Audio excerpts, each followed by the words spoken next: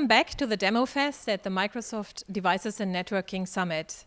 This time I'm here with Vasilis Vlachokyriakos, who's a PhD student at Newcastle University, and Karim Lada, who is a postdoc at Newcastle University. They both work in Patrick Olivier's group. I understand that your demo is about a low-cost methodology for electronic voting. Is this correct? Can you tell us more about it, please?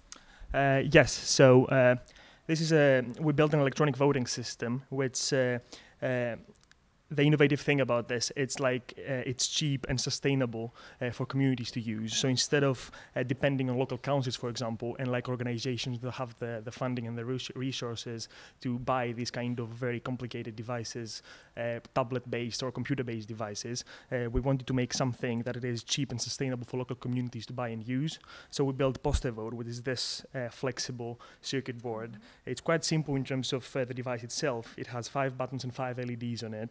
And when you press a button, you register a vote for a specific option.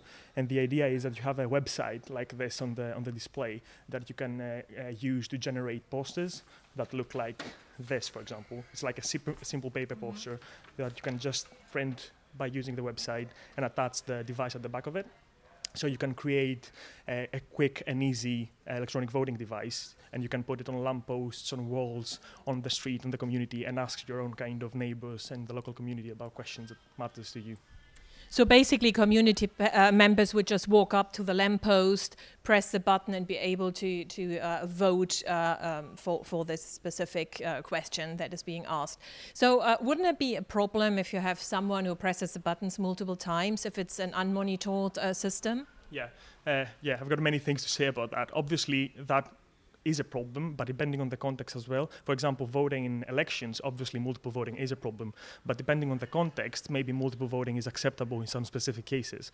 For example, if you use this kind of device for activism, it's more important the visibility of the thing that you put on the poster rather than the data collected from the device itself.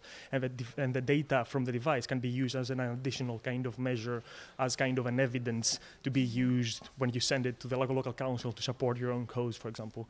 So it could be a problem, but in specific contexts only.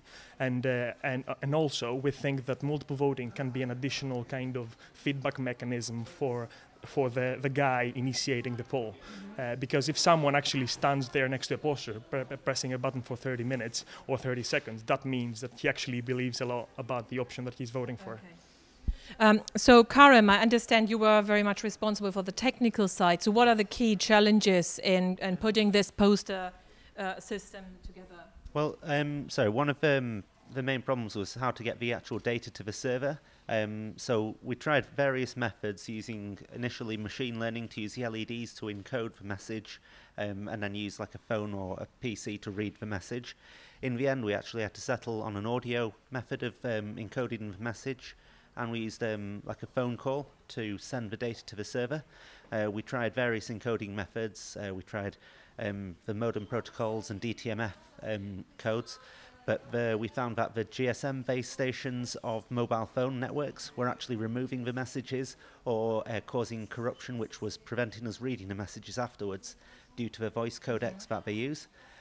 So in the end, we actually used a very, very simple scheme of using frequency keying and interspersing the actual tones that we played with white noise to throw off any DTMF decoders that were trying to interpret the message themselves.